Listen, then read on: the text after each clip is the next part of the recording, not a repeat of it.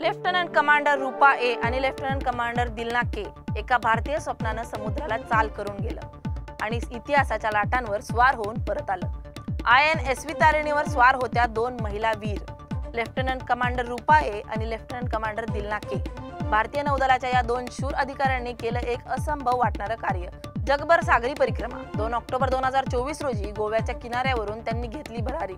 पुढील 8 महिने 50,000 किलोमीटर, 4 खंड, 3 चक्रीवादळं, पण एकही क्षण त्यांनी हार मानली नाही। समुद्र कधी शांत नव्हता, पण त्यांच्या मनात प्रचंड शांतता होती, कारण त्यांना माहित होतं हा प्रवास फक्त पाण्यावरचा नव्हता, हा होता स्त्री शक्तीचा, आत्मविश्वासाचा आणि धैर्याचा विजय।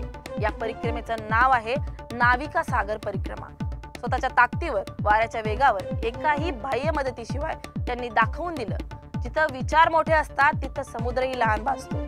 आज त्या दोघी गोव्याला परतल्या, तिथं स्वागत होतं, पण त्यांच्या डोळ्यात फक्त समाधान होतं, कारण त्या परतल्या होत्या एक इतिहास घडवून। नाविका सागर परिक्रमा ही केवळ नौदलाची मोहीम नव्हती, ती होती एका नव्या भारताच्या, नव्या स्त्री शक्तीच्या महासागरी स्वप्नाची प्रत्यक्ष उधळण। समुद्र विशाल होता, पण तिचं स्वप्न त्याहून मोठं होतं। लोकशिवाय लेफ्टनंट कमांडर रूपा ए, लेफ्टनंट कमांडर दिलना के यांना सलाम करतो आणि पुढील अशा धाडसी प्रवासाला शुभेच्छा देतो।